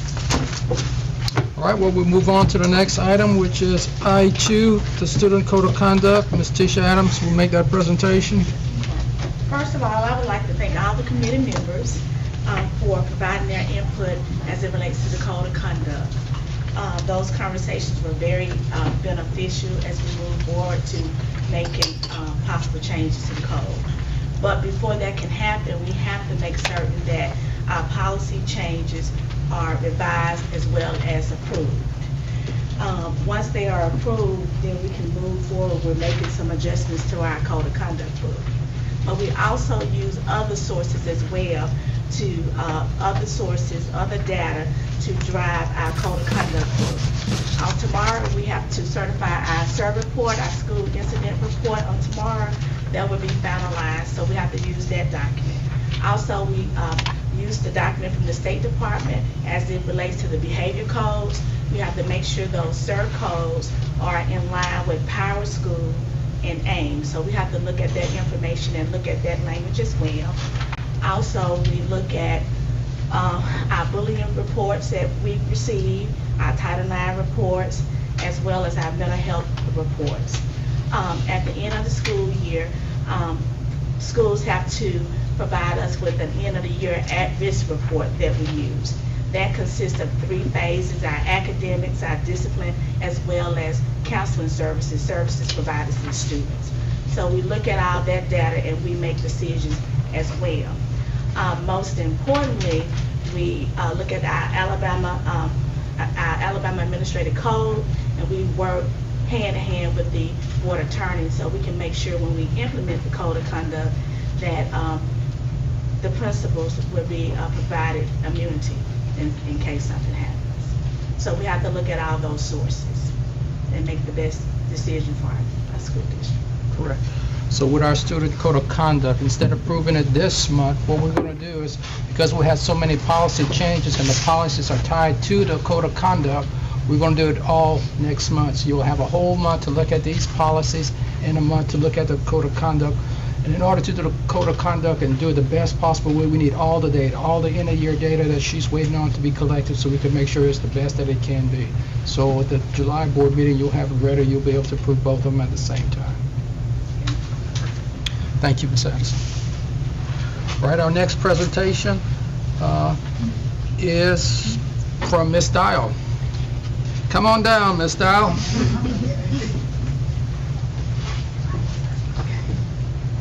Okay, good evening. Good evening. Okay, centralized registration. I know that we've been working on that and trying to figure out what was going to be good for Otago County schools. So I know we wanted to try to do something at least beginning for this school year, where we're going to go ahead and start doing it in baby steps. First, we're going to start doing our online enrollment pilot testing. and that's going to be done with Daniel Pratt, Prattville Junior High, and Prattville High School. That will be done with our new enrollments, and they'll utilize Power School. We'll constantly make sure that we monitor and evaluate. Then in September, we'll go ahead and expand it to Pine Level, Prattville Elementary, and Billingsley School. Then in November, we'll expand it, the online enrollment for a final rollout with the remaining schools. January, that's when we'll go ahead and start doing our centralized registration. The big part of that is making sure that we have the employees for that, because that's going to be such a big task with that. So that's why we needed to go ahead and try to wait and do this in baby steps. February, we'll go ahead and start the centralized registration pilot testing, and then April, we'll go ahead and start getting it situated and out there. So the important thing to know that we talked about centralized processing last month, but we also believe that we could do this without hiring any extra help.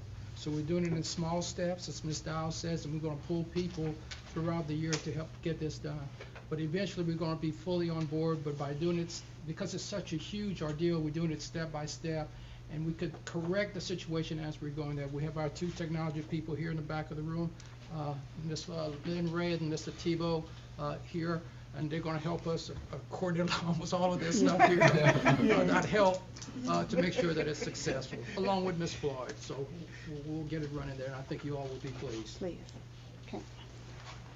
And once we start centralized registration, this is how it will look like. The parent will enroll the student using the online enrollment. Then it moves, if valid, parent will bring in the required documents to the centralized registration office. Then the centralized registration creates packets for the students that will then make appointments scheduled to the school. And then finally, the parent will deliver the packet to the school. Where's the centralized registration office? Well, That's how they do it. yes, we're Baby going. steps. Yeah, baby steps, and that's one things that we did talk about was actually having it here at Chapter 1 and utilizing this building for centralized registration. They'll make it very efficient for our military families who are coming to the preferred community it'll make it real easy for them to do that with the centralized process. Make it easy for everybody. Yeah, easy for definitely, everybody, definitely, and it'll be consistent, and everybody's providing the same paperwork, and not one school's accepting this and another school is accepting that. It'll be all consistent. So by April, it'll be complete, right? Yes, that's our goal. Okay. Right. Yes, Yeah. yes. Yeah. Okay. I know. I kind of got a little bit ahead of ourselves. We Maybe did. Yeah. a little bit. It's exciting because I know that several school systems in our state and around us already utilize their online Right. enrollment and all of that kind of stuff, and we're kind of behind the times. We're just requiring parents to do all this paperwork, and sometimes it's different at each school, and so just to try to get us caught up with current times, this is exciting. I would, I wanted it done this year, or I, would want it to be done, but April is a good goal, and I like that, so, very nice. Okay. All right, compliance monitoring. Yay. Okay, so we went through ALSDE compliance monitoring May 15th through the 19th. Again, it's always conducted in a 5-year cycle. And of course, the objective of compliance monitoring is to adequately monitor all K-12 school systems in Alabama to make sure that we're adhering to state and federal regulations and mandates. So, here are... Can I do this part? Oh, yes, go ahead. I'm going to do this part because I'm really, really proud of this. But career technical education, 0 findings. So in case you all don't know, the compliance monitor is when the state comes in. We get a considerable amount of state money, taxpayers' money. So they come in and look at every single thing. So they ask us to pull out records, files. They pull information out. They do a desk guarding. Then they come in person. They interview students, interview teachers. It's a big, big process, and they're here for weeks. But what's really, really awesome about that is to do this comprehensive study, and they look at every little thing. So imagine somebody coming into your house and looking to see if your stove is clean, if your refrigerator is clean, if there's any dust on the windowsill. Well, that's sort of like what compliance monitoring is for us. But in career technical education, 0 findings. Counseling and guidance, 0 findings. Prevention and support, 0 findings. Educator certification, 0 findings. Technology, 0 findings. Special education, 0 findings. That's impressive. That is That is impressive, impressive. because this is typically Special ed's hard. tough. That's right. Almost everybody is has that. transcript. That's right, that's right. Yeah. Special education 2, the gifted, 0 findings. LEA system profile fiscal review, 0 findings.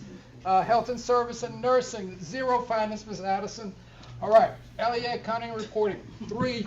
But this is truly, truly impressive, particularly based on the number of months we were behind. This is really, really impressive. So kudos to Ms. Leslie Poe. Federal programs, only 1. That's usually a That's hot area really too. good for That federal is. programs. Out of Federal 193 indicators Yeah. for federal So programs. imagine 193 things that they're looking at. 193. And how many issues did they find out of that? 193 indicators, only 1. Transportation, and the first part, 2 findings there in transportation, 2, 3 findings there. And Mr. Kamara and Mr. Messick and I talked about some of those yesterday, so we have there's a remediation plan in place. We're going to go ahead and send that to the department to correct those particular issues.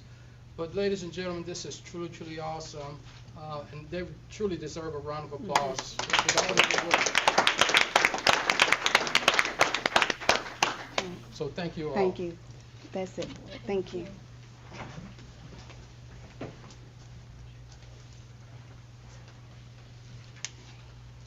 All right, our next presentation is Ms. Julie Harrington regarding the employee handbook. All right, we talked about this middle of May, and I said we'd have it ready by July, so it's June 15th, so we're not there, but we're about 75% through. So I did table of contents. That's probably 98% correct. There's a couple things I may add in there that I'm still working through. Just a couple of things that did come up with some of those policy revisions you have. Those are some things that I probably will include. A couple of things I wanted to see how the dress code shook out, because that is part of the new employee handbook, as well as there was a change in FMLA that I want to make sure I put in my part too. So there were some things that were going to correlate with some of these policy updates if you guys approve those. I did mention that the dress code will be under the employee conduct. Now that's really important, so I didn't want you to look at this and wonder where's dress code. It will be in there. Also, there'll be a disclaimer just stating that this isn't a contract or anything like that, and these are guidelines, and that basically our employees have to know the policy manual, that's their responsibility. This will be ready by July 1, but I honestly don't need it until, we can't see the bottom, our new employee orientation is set for July 27th. Sorry guys, I don't know how to move that up. Okay. But anyway, so we'll be ready. We'll be ready by the beginning of July. It's going well. It is probably right now about 26 pages as opposed to the original 2. So we've added a lot of information, and it's coming along nicely, but it's probably, if I had to guess, really probably 75-80% done at this point. So. Great job. Thank you. Thank you, Ms. Harrington. Great job. Thank you. Next up, we have Ms. Holly McNider to discuss summer learning updates and accreditation.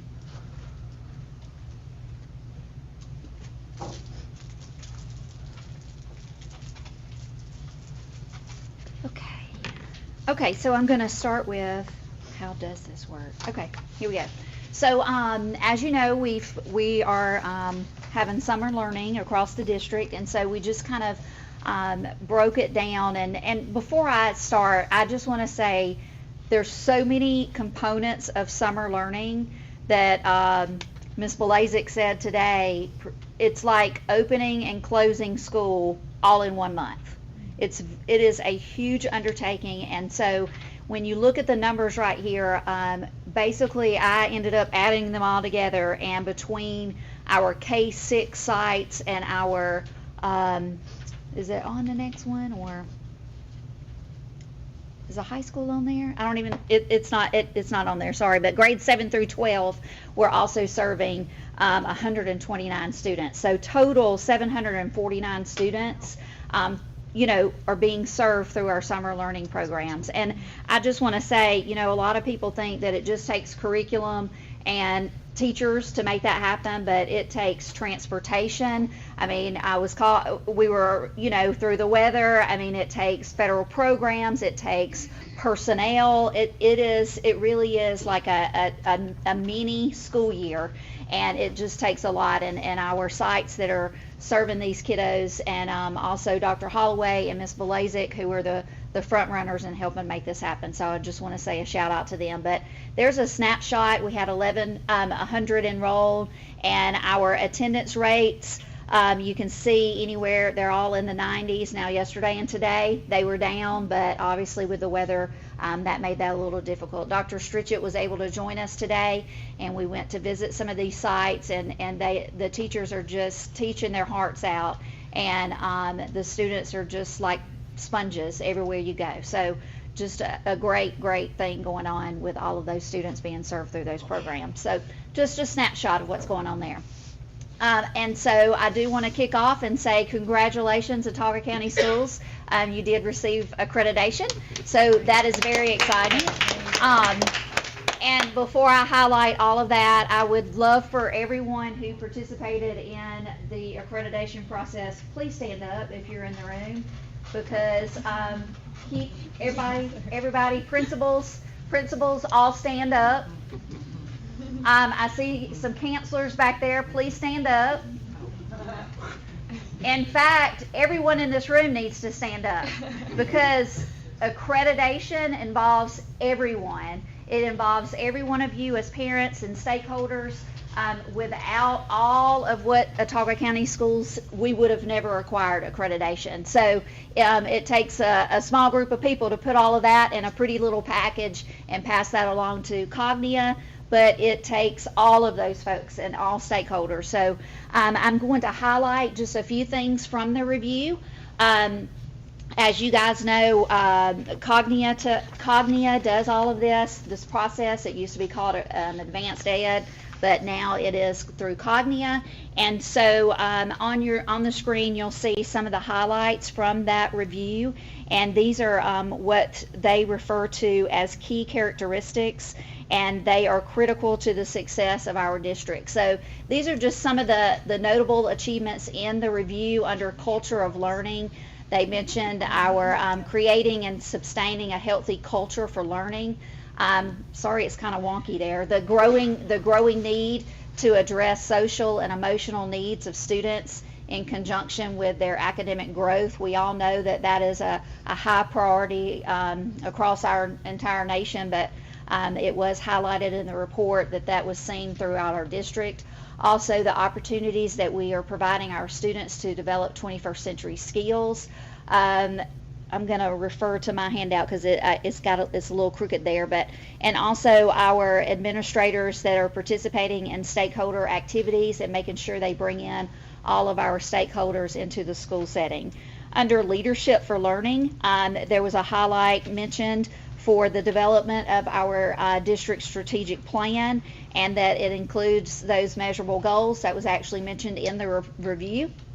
Also, moving to the key characteristic of engagement of learning, they highlighted in the report that students are included in the learning process and participate with confidence, with ownership over their own learning. All schools have positive behavior support systems in place. Teachers demonstrate high scores in developing an inclusive classroom culture, and then and also a notable achievement was the multi-tiered systems of support that are in place using formative and summative assessments. Then that fourth key characteristic being growth and learning, that the district level professional development and is in place to allow implementation. And you guys have heard lots of conversations about things coming through with professional learning. Professional development surveys are conducted, and the district strategic plan will guide the district professional development opportunities. So those were that's just a highlight of the notable achievements. So of course we know all of the things that we do great, but we always have room for growth. And so our areas for improvement that will be monitored through Cognia. They'll have a check-in with us, and we'll make sure that we stay on point because, as mentioned before, this is a 5-year accreditation, and our strategic plan, it actually mirrors, you will see some of the same language through the areas of improvement that Cognia has given us. Those are already built in the strategic plan, because while we were doing that, that was when we were able to identify our weaknesses, and so it's going to go together perfectly. We couldn't have done it any better, in my opinion. So just to highlight some of that: develop, implement, and document practices, processes, and decisions that are consistent with and based on the system's stated values. And so, as we mentioned to you guys before, we will launch those surveys this fall, and we will use those results to guide all of our decisions, whether that be in community involvement all the way up to the programs that we offer on each campus. Develop and implement professional learning that is focused on improving pedagogical skills, always get tongue-tied on that, and knowledge to better address learners' needs and interests. Through the development of the district professional learning plan, the schools, and this is coming to the schools, I think we mentioned this before, they will be provided a model that they will mirror the district professional development plan, and that will all be driven by the data that comes out of those surveys at the district and the school level. And then we have been developing partnerships, I've mentioned this before to you guys, with the Alabama State Department of Education that will be more targeted, using a variety of data sources to inform professional learning and evaluation. The second bullet, which is an area for improvement: develop and implement a formal systematic process for analyzing trends and current data to deepen each learner's understanding of the content at increasing levels of complexity. And some of the recommendations from Cognia would be to professional development will be provided for all stakeholders, and data analysis will become a priority practice across the district. You've already seen those things happening in some of the work sessions with the content that you guys have seen. Develop a process for developing, monitoring, communicating, and adjusting the continuous improvement plans. I talked to you guys about that before. We're already lining up some professional learning opportunities for our administrators and make sure that they develop a quality continuous improvement plan that mirrors our new district strategic plan. That will be provided for them as soon as we receive the final data that Ms. Addison mentioned. Waiting for those numbers to roll in, and then we can get that in the hands of our schools. And then with a partnership with our federal programs department, we will have a very tight timeline where we consistently monitor those continuous improvement plans with checkpoints throughout the year and adjust those as needed. I think that is it. Any questions? That attendance rate is amazing for the summer. I mean, again, we all hate the no-shows, but I can't imagine. Last year, we probably didn't have half at attendance. It might have been lower than that. To see it in the 90s, it's amazing. Mm-hmm. Well, we were really proud, particularly of the number of students who they're coming to the high school for some of these, not just credit recovery, but credit advancement opportunities, and really tapping into that and using those partnerships that we have to get some of these initiatives off the ground. So it's very exciting. Do we contact the no-shows? I mean, do you try to find out what's going on? Yes, we do, constantly. And, unfortunately, in previous years, we provided transportation. We could all go on and on about the pros and cons to that. But yes, to answer that question, we do. And unfortunately, some of the ones that we need at the school building so badly, they just, we have just brainstormed on everything we can possibly think of to get them there. But we've had parents that just say, I'm not getting up that early. I mean, I'm not kidding. So transportation. But and just FYI, week after actually the last week of our summer camp for our our littles, we will conduct that ACAP supplemental, and hopefully, fingers crossed, some of those kiddos that did not benchmark in April, it will be. I'm really excited to see how they do after they go through this camp. Okay? And I'm sorry to keep you there. but That's okay. What percentage do we have participating that did not benchmark in April? I'm going to refer that to Ms. Belazic. I'll pull those numbers for you. Okay. We invited, we did a first round invite of all the students who didn't pass. We were pretty close knowing which kids, like they already had plans in place, and then all of our principals at the direction of Dr. Boyd reached out individually to families to let them know, if they did not benchmark, what we were providing, and we did enroll more students after that date. So we ended up with 2 extra class sizes at both campuses. But I'll get the percentages pulled for you too. Okay, thank you. And then we'll give you a follow-up to let you know how many make Yeah, it let the us know second how round. many Yeah. after. Okay, thank you, guys. Thank you. So board members, I'd like to share with you that our strategic plan is complete and it's good for 5 years. Our accreditation is complete, it's good for 5 years. Our comprehensive review is complete and it's good for 5 years. We've updated our policies, which you'll approve next month. We've updated the student handbook, which you'll approve next month. And we've created pretty much a new employee handbook from 2 pages to 28 pages, and it'll be ready for you next month. So all of this was basically done in 3 months. So kudos to the team and making that happen. They look tired. Yeah. Y'all had summer yet? So Ms. Harrington said last week, these last 3 years 3 months were really good. All right, our next presenter is Dr. Sharon Streeter, and she'll present on the LEAP program. Is this different than the other LEAP program? It is. Oh, yes, It's far it better. is. Good evening to everyone. I'm going to first start talking about what the LEAP program is. That's the acronym that we've decided to use for our Learning Extension Academic Program for our students that have identified behavioral issues. The problem, the ACBOE Board of Education had a federal court case in November 2022 that deemed the behavior unit that is located at the Second Chance program not the most appropriate LRE, which is the least restricted environment placement for students with behavior issues. Also, our data supports the number of yearly manifestation determination hearings. From 2021, we had 19. In 2022, we had 66. And at the end of 2023, we had 78. This is a possible solution to be able to address the issues that we're seeing as it relates to our students that have identified behavioral issues.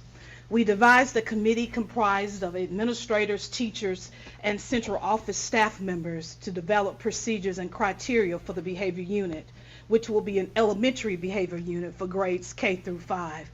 One of the models that we used to kind of emulate our program was the program that they currently have in Mobile, Alabama, the Autism and Behavior Learning Extension Program. They call their program ABLE, okay?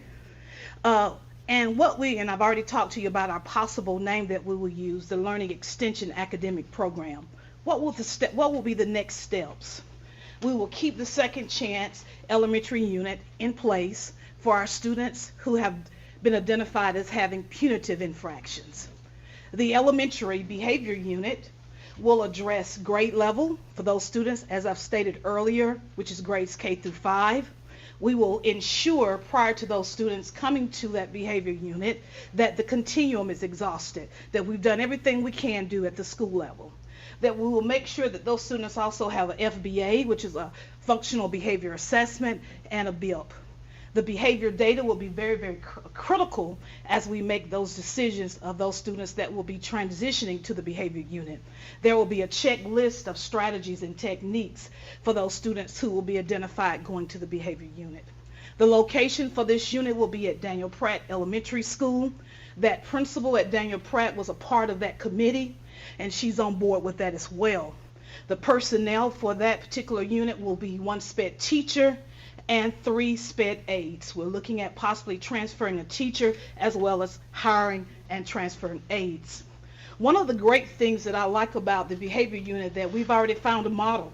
And one of the things that the model already has in place and we're going to come up with our own class motto, but they had a class motto. They had a mission. They had a vision. They had a program overview. And one of the things that I think is very, very important is to have a referral process, getting family involved, making sure that we have intake meetings, having a crisis management in place as well as making sure we have progress monitoring so we can see how well these students are doing, because the ultimate goal is to transition students back to their base schools. And also looking at other miscellaneous information. Approximately, how many students will go in this unit? About 7 students, and we've looked at those 7 identified students. Okay? And I've already kind of alluded to this about the transition, and I think y'all should have a copy in your packet. If you don't, I'll get you a copy. It's kind of cut off at the bottom.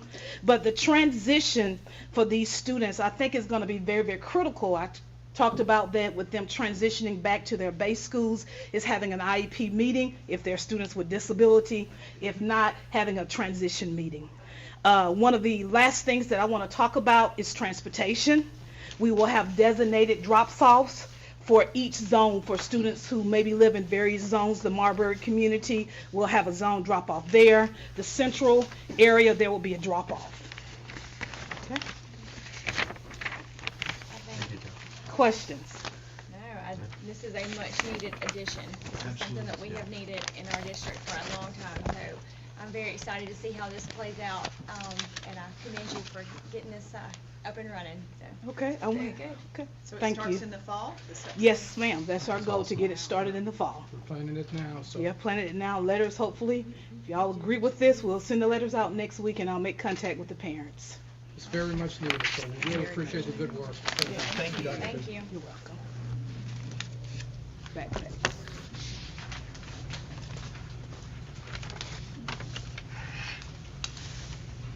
Okay, our next item on the agenda is backpacks, Board of Equalization nominations, and give you an update about the Baptist Health Partnership.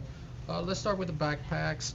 I know at some time we were talking about possibly using clear backpacks and the benefits of it. I met with our principals on a few occasions there and heard from them what they thought about that, and on both occasions they said it wasn't a good idea. And he said, one of the principals said, you know what, we're not giving our students credit enough. If they're going to bring something to school they shouldn't bring in, they're not going to put it in a backpack. If it's clear, they're just going to put it somewhere else. And another disadvantage of it is it's going to be really hard to monitor and so forth. So there are a lot of other options we could do. So one principal, Mr. Conyers, is actually in here. He suggested a plan on how we could have an informant type system where we reward the students if they anonymously share information to the principal or a teacher if they suspect some wrongdoing. And he suggested using Chick-fil-A coupons and so forth, which I think is a good idea. We're going to work circle back with the principals and talk about that a little bit more, but we have a better solution, and this solution is based on data. Sometime back, Mr. Camara did a survey, and the survey had only 23% of the parents and students, 2 separate surveys stating that they believe that the backpack would help. A predominant said it wouldn't help, and above 75% said it wouldn't help, and above 75% is against having clear backpacks in the school district. But that survey also asked what they thought would work to deter students from bringing guns or inappropriate things to school. And their number one thing that they said was the best thing was to have metal detectors. So we're working with a representative. I don't want to let the cat out the bag yet, but it seems that we're going to get a nice donation next month, at the very latest in August, to provide a sizable donation to our school district, and we'll be able to buy metal detectors for that and buy some security cameras for that. Mr. Camara already has a plan in place on where the money will go and so forth, so we're really excited about that. But I want to unveil, well, someone else will unveil it at the future board meeting, but just want you guys to be rest assured we have a plan in place. In addition to that, we have the task row president will come to present information to our principals on look-fors in terms of students and what to look for if they, what to watch to prevent safety concerns in the school. And so this person is an expert, so Mr. Camara has already contracted with that person, so we will have training for the principals. And to be quite honest, one of the best deterrents for negative behavior is to make sure that our teachers and administrators are trained and know what to look for in the schools. So these are two major steps in the right direction to deal with gun issues or the knife issues in our particular school. And I feel by doing that, we'll be able to fix the problem. So number one, working with our people, providing the training. Number two, buying equipment, both cameras and metal detectors to prevent students from bringing those items they shouldn't bring in our schools. Moving on to our next item, I'll do the Board of Equalization last. It's Baptist Health Partnership. At one of our Chamber of Commerce meeting, Patty Vanderwall had Mr. Eric Morgan, Dr. Eric Morgan from Baptist Health, and then during that particular meeting, we talked about a possible partnership. So we met at his office. We were able to iron out a few details in the second meeting about Mr. Brock Dunn, and I'm proud to say that individuals from Baptist Health went to Mr. Dunn's school, interviewed some students, and this summer we'll have at least 3 students working at Baptist Health earning a check while they're in high school. And the money is good, but what's really, really important is the fact that our students are being exposed to health career opportunities. Awesome. Perhaps when they come back their senior year, they'll take some additional classes, maybe nursing or whatever, or something dealing in the healthcare segment of career tech, and then who knows, they may end up going to college, being a nurse, a doctor, who knows. So this is a big step in the right direction, so we're really, really appreciative of that partnership with Dr. Eric Morgan, and it's going to pay dividends down the road. The next item I would like to discuss is the Board of Equalization. I think you all received the information, but I'll go ahead and read it out to you and share with you the information that's here. So ever so often, the Board of Education has to sign off on individual who will serve on this particular board. Again, I'll just read some of the information from here, but not the whole thing. It says here, we understand the members of the County Board of Education of this county do hereby nominate the person as shown below for consideration as members of the County Board of Equalization and certify that in our opinion they are competent to serve under the provisions of the law.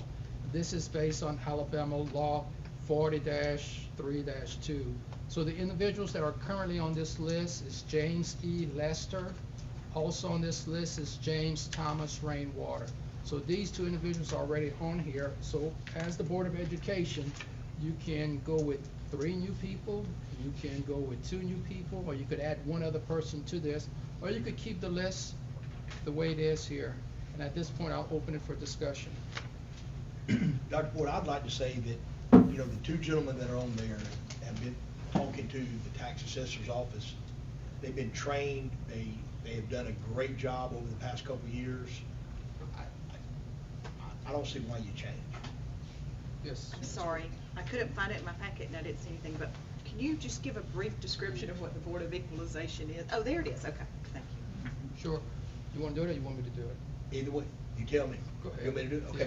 The Board of Equalization essentially reviews the county appraisals for the property and keeps those values where they should be. I mean, the reason we have input is because we're a recipient of the ad valorem from those appraisal values. Thank you. All right, so any questions about this? So if the 4 of you are in agreement with this, I'll get your signatures before the end of this meeting. Okay. All right, very good. Thank you. Our last presentation on the superintendent report is from Miss Rebecca Thomas. This is our first presentation. Good evening, board members and community members. I know I'm standing between us and adjournment, so I realize my role. I'll keep it quick. Not quite. Well, works it well. So one of the items on our newly approved strategic plan under stakeholder relations is recognizing the people, the programs, and the processes that make us shine. And so we would be remiss if we didn't spend a little time talking about some things in May that we thought were just amazing. We could be here all day if we went through everything, so these are just kind of the things that roll to the top. And if you follow us on social media, some of these may be a little redundant, but if you don't, I would encourage you to do that. That's where these and so much more live. So I'll just hit the high points. But earlier in May, we had a ribbon cutting for a book vending machine. So if you remember being a kid and just the joy of going to the vending machine, well, we're not giving out sugary snacks. We're actually giving out books on grade level to the elementary school, 3rd and 4th graders. They absolutely love this. And still, I can walk in the building. It's like, oh, let me look at it. It's just, it draws you in. So we're excited to have one of the area's only book vending machines. We also, sorry about some formatting. We also had a trip of a lifetime for some of our Marbury students. Their band and choir were able to perform in a Kentucky Derby parade as well as sing at the Country Music Hall of Fame. So it was a whirlwind trip for them, but I think they're still smiling from that trip. So, also Prattville High School, I think this actually happened in April, but we recognized it in May on social media. But Coach Miner, the indoor baseball facility was named for him in a ceremony that his family, the baseball team attended. So it was just a great time had by all. So one of our new events that we began in the district this year was a district-wide retirement celebration. So this year we actually had 28 retirees that had close to 6 centuries of experience that they took with them. So when we talk about shaping education, some of these people were hugely instrumental in doing that, and they will be greatly missed. I'm trying to keep up with the notes too. All right, so Billingsley baseball's team had a record-breaking season. I think for their school, they went to the semifinals, which was as far as they had ever gone. So Coach Alexander is new out there, and they are looking for even more success next year. So, which I think the only thing to top that is a state championship win. So we'll see. Miss Stewart was named a River Region Parents Teacher of the Month. She teaches at Daniel Pratt Elementary. She teaches math and science, and she cites her reasons and passion because she was anxious over math as a student. So she really tries to hone in on that and remember that, so when she teaches in her classroom, she can help students who are also, like me, do not love and are not great at math. So Mr. Maurice Jackson, he is one of our Prattville High School, recently just graduated last month, but he earned a top 10 national placement at our JAG conference. So he earned national. He won 2nd in our state, which then allowed him to go to nationals and placed 8th at nationals. He did that. ACTC. Yes, through ACTC. I was trying to think if I put which category. Oh, employability skills was his category. So, but yeah, top 10 finish is pretty amazing on a national level. We had some Prattville Autauga Character Coalition recognitions at Pine Level Elementary. We had a teacher and a student recognized. That nonprofit organization has been going around to our different schools in the district and just recognizing great character. So these were named. Then that was their final stop for the school year. Again, career and technical education. Competition season is the end of the school year, so all of our schools have been very busy. This is just a snapshot. But we won, as a district, more than 20 district and statewide awards during their competition season. And so these are your FFAs, your Future Business Leaders of America, your JAG, your Technology Student Association, DECA, all of the different ones that we offer. All right, so Prattville Intermediate School started something new this school year. They've been working on it for a few years, but COVID slowed them down. But Coach Parker is their PE coach, and he wanted a thing that students can do if they weren't plugged in other areas. Anybody can run. So what they have done this year is ran more than 4,347 miles as a group. So this was open to all students through their PE class, and I think they had about 75% participation. But you had some kids who just took it to the next level. But in total ran 40. So let's see. So all the students participated, but 92 of the school students ran 2,800 of those miles. So when you start breaking it down, they were booking it. And then last but not least, every May we always celebrate graduation. We had 4 different high school graduations, and several people have noted that they were as individual and unique as the schools themselves. So we think that's pretty awesome. But we had 620 graduates district-wide with just over $12.5 million in scholarships. So if you divide that out, it's roughly $33,500 per student. We had 60% of our graduating class is planning to go on to college. About 24 of them were called to military service. And of course, we've mentioned before, but this district this year had 1 National Merit Scholar. So that's something that there were just a handful in the state, so we're pretty proud of that. But this, again, is just a snapshot of what's going on in the district. If you haven't already, we encourage you to connect with us, just so you can see all the things that we're doing great all the time. How's that? It's Excellent. quick, okay. Thank you. Thank y'all very much. Thank you. Board members, that concludes the superintendent's report. Now I'd like to move on to item J, which is executive session. Therefore, the superintendent has recommended to the board that we go in executive session to discuss the information regarding minor students. Okay, well, as from the board, I want to thank Dr. Boyd for giving that very comprehensive report. I'm glad that everybody was here to hear all of that great stuff. I mean, we get updates from Dr. Boyd quite regularly, but for it to be communicated to all of our stakeholders and our community people is super important. So thank y'all so much for doing this during a regular meeting. I really appreciate that. So now we are going to enter into executive session for no longer than 1 hour. It should not take that long, but I'm just going to go ahead and say 1 hour, so I have to come out every 15 minutes. No votes will be taken inside executive session. You're welcome to stay. We have created a separate room for us to go into, so now we will excuse ourselves and for a period of no more than an hour. And we will return for work session. We will return. Well, we will adjourn the meeting when we return. Okay. Well, we have a work But then we have a work And session. we do have a work after. session You're welcome to stay afterwards, for the yes. work session. Yes. So, We gotta vote on do we have to vote to go into executive Yes. session? Okay. All in favor of going into executive session? We need a motion. I make a motion to move to executive session. A second. Okay, all in favor of executive session, raise your right hand. Thank you.